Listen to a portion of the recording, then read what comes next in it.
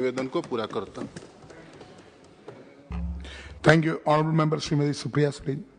Thank you, sir. I stand here in support of this amendment of the Constitution, Order 1950, to provide inclusion of certain communities in the list of scheduled tribes.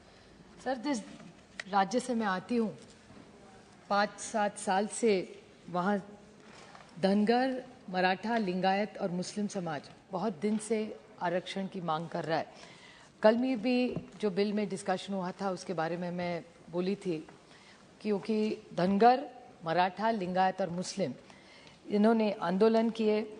आंदोलन के बाद तब के जो विपक्ष के नेता थे उन्होंने ऐसे कहा था कि जब हमारी सरकार आएगी तो पहले कैबिनेट में हम दे देंगे। मैं थोड़ी सी क्रोनोलॉजी आपको बताऊंगी सर।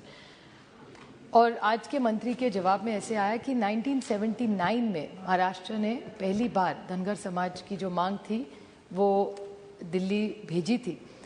तब मिस्टर पवार महाराष्ट्र के मुख्यमंत्री थे और 1981 में ये सारा मंत्री जी का स्टेटमेंट है, मैं सिर्फ दोहरा रही हूँ, उन्होंने वापस भेज दिया कि कोई टेक्निकल चीज़ें कम ज़्यादा थी उसमें। लेकिन उसके बाद जब विपक्ष के नेता थे 2013 में, उन्होंने कहा था कि 14 में हमारी अगर सरकार आएगी तो धनगर समाज को पहले ही कैबिनेट में हम आरक्षण दे देंगे। 5 साल सर उनकी सरकार रही। महाराष्ट्र में हर हफ्ते कैबिनेट होती है, तो 5 साल का 52 का हिसाब करें तो 250 कैबिनेट हो चुकी है, लेकिन आरक्षण तो धनगर समाज को नहीं मिला। उसके बाद अभी भी उनकी सरकार है और कल महाराष्ट्र के भारतीय जनता पक्ष के जो मेंबर बोल रहे थे उनकी भी मांग थी कि ये किया जाए। तो महाराष्ट्र में भी उनकी सरकार है और केंद्र में भी उनकी सरकार है, तो दिक्कत कहाँ है ये मुझे समझ में नहीं आ रहा है। तो मैं मंत्री जी को विनती करूँगी कि ये धनगर समाज की जो मांग है, मराठा समाज की मांग है, लिंगायत की, मुस्लिम है, इसका पूरा कल भी हम एक इसी डिस्कशन में कर रहे थे और ऐसे और 4-5 बिल है। तो अगर हिमाचल के लिए हो सकता है, तमिलनाडु के लिए हो सकता है, उत्तर प्रदेश के लिए हो सकता है, तो महाराष्ट्र के लिए क्यों नहीं हो सकता?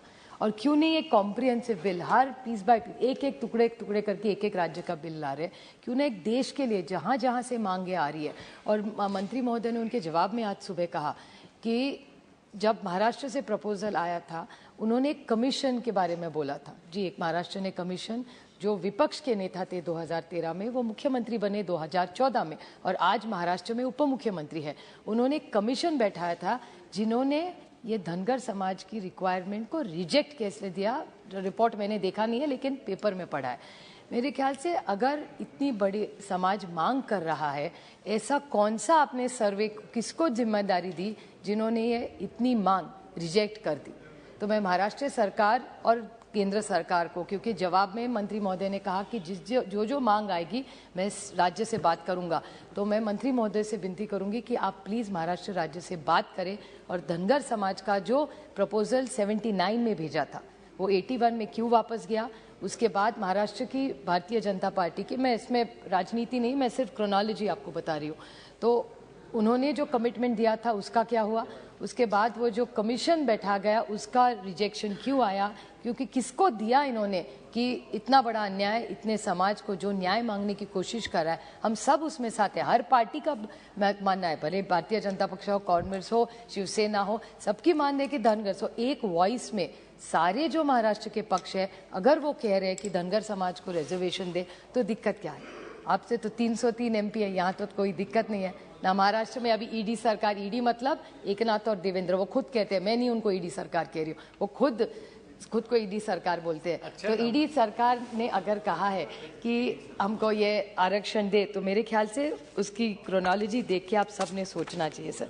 मेरी दोस्त माधवी चंद्रानी मुर्मू और अपूरूपा पोद्दार, उन्होंने सविस्तर इन्होंने जो ट्राइबल्स के इश्यू उसमें रेज किया है सर। जब मंत्री जी ने जवाब में भी एकलव्य स्कूल के बारे में उन्होंने कहा कि स्कूल बड़े बनवाए, लेकिन स्कूल में क्वालिटी एजुकेशन क्या है सर? स्कूल तो बनवाए, बिल्डिंग बनती है, लेकिन स्कूल बिल्डिंग से नहीं होता, अंदर बच्चों को क्या शिक्षा मिलती है। और राइट टू एजुकेशन में जो इंक्लूसिव एजुकेशन का जो विषय है हमारा, तो क्यों ना एकलव्य स्कूल अलग ही कर दे से, क्यों ना इन सारे बच्चों को हम लोग इंटीग्रेट करें? क्यों ऐसा चाहिए कि एक समाज के बच्चे एक ही स्कूल में जाए? क्योंकि राइट टू एजुकेशन में तो प्राविधान किया है, तो क्यों ना काफ़ी ये सारे जो बच्चे हैं उनकी जो स्कॉलरशिप्स है उससे ज़्यादा शायद पैसा बढ़ा के, क्योंकि नीति आयोग में जिस बारे में पहले बोल चुके हैं तो मैं रिपीट नहीं करूंगी सर, क्योंकि अपूरूपा पोद्दार जी ने उन सब कहा है कि नीति आयोग कुछ कह रहा है और सरकार कुछ कह रही है।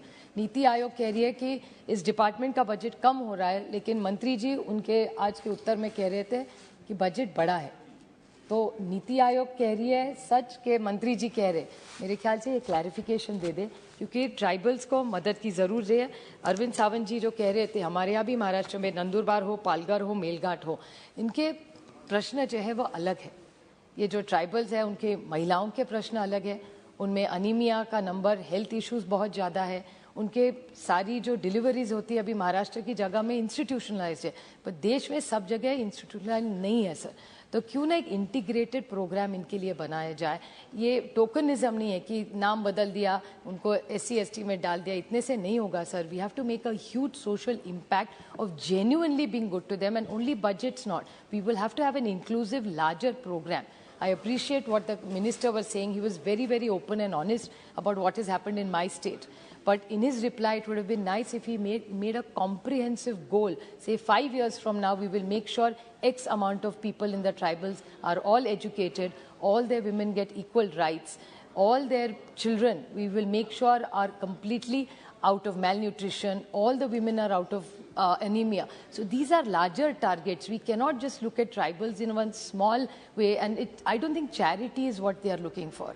They are looking for fair inclusion, rights on merit, and I think this world is working towards merit. So why can't they also get things, because they are citizens of this country, and I think we all owe it to them. So I take this opportunity again to request the Honourable Minister, ये सरकार 303 इतनी बड़ी आपकी यहाँ है, महाराष्ट्र में है, तो मराठा समाज, धनगर समाज, लिंगायत और मुस्लिम समाज को जरूर आरक्षण का सोचे।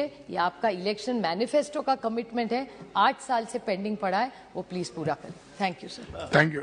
Honourable member doctor ST Hasan ji. बहुत बहुत शुक्रिया सर, आपने मुझे बोलने का मौका दिया। सर, SC ST के लिए हम पिछले 10-20 साल से मुसलसल कोशिश कर रहे हैं कि इनका उत्थान हो, वे ऑफ लिविंग इनका ऊपर हो, लेकिन ज़मीनी हकीकतें क्या हैं वो मंत्री जी को मैं बताना चाहता हूँ।